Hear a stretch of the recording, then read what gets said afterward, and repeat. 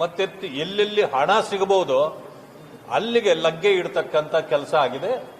ಅಂದ್ರೆ ಕಾಂಗ್ರೆಸ್ ಒಂದು ಕಡೆ ಲೂಟಿ, ಮತ್ತೆ ಕಳ್ಳಕದೀಮರು ಮತ್ತೊಂದು ಕಡೆ ಲೂಟಿ. ಇದು ಕಾಂಗ್ರೆಸ್ ಸರ್ಕಾರದ ಆಡಳಿತ ವ್ಯವಸ್ಥೆ ಆಗಿದೆ.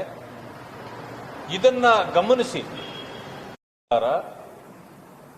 ಸಂಪೂರ್ಣವಾಗಿ ಸರ್ಕಾರದ ಖಜಾನೆ ಲೂಟಿ ಮಾಡಲಿಕ್ಕೆ ಹಿಡಿದ್ರೆ ಜನರು ಭಯಭೀತರಾಗದೆಯೇ ಇವತ್ತು ದರೋಡೆಕೋರರು ಬ್ಯಾಂಕುಗಳಿಗೆ ಮತ್ತೆ ಎಲ್ಲೆಲ್ಲಿ ಹಣ ಸಿಗಬಹುದು ಅಲ್ಲಿಗೆ ಲಗ್ಗೆ ಇಡತಕ್ಕಂಥ ಕೆಲಸ ಆಗಿದೆ. ಅಂದ್ರೆ ಕಾಂಗ್ರೆಸ್ ಒಂದು ಕಡೆ ಲೂಟಿ, ಮತ್ತೆ ಕಳ್ಳಕದೀಮರು ಮತ್ತೊಂದು ಕಡೆ ಲೂಟಿ. ಇದು ಕಾಂಗ್ರೆಸ್ ಸರ್ಕಾರದ ಆಡಳಿತ ವ್ಯವಸ್ಥೆ ಆಗಿದೆ.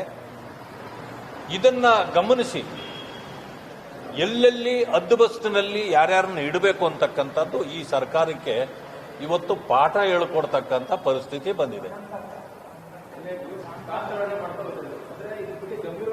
ಎಲ್ಲ ಮಾನ್ಯ ಗೃಹ ಸಚಿವರು ಯಾವುದನ್ನೇ ಕೇಳಿದ ಮೇಲೆ ಮಾಹಿತಿ ತರಿಸ್ಕೊಳ್ತೀನಿ ಅನ್ನೋದು ಅದು ಸಹಜವಾದ ಇದು. ಸಿ.ಟಿ. ರವಿ ಅವರ ಕೇಸಲ್ಲಿ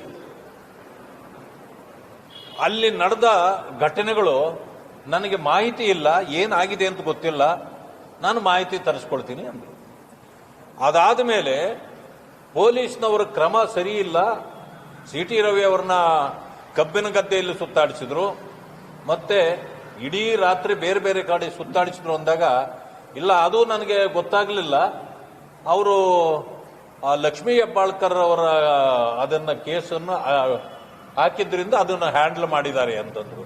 ಅಂದ್ರೆ ಪಾಪ ಅವರಿಗೆ ಮಾಹಿತಿನೇ ಈ ಸರ್ಕಾರ ಕೊಡದೆ ಗೃಹ ಮಂತ್ರಿಗಳನ್ನ ಕತ್ತಲೆಯಲ್ಲಿ ಇಟ್ಟಿರ್ತಕ್ಕಂಥದ್ದು ಸರಿಯಲ್ಲ.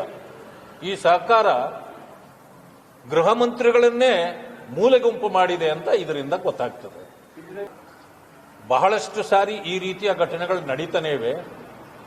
ಅವರಿಗೆ ಬೇಕಾದ ವಿಚಾರ ಬಂದಾಗ ಎಲ್ಲ ಮಾಹಿತಿಯೂ ಇರುತ್ತೆ. ಅವರು ಅವಶ್ಯಕತೆ ಇಲ್ಲ ಅಂದಿದ್ದು ಅವರಿಗೆ ಮಾಹಿತಿಯೇ ಇರೋದಿಲ್ಲ.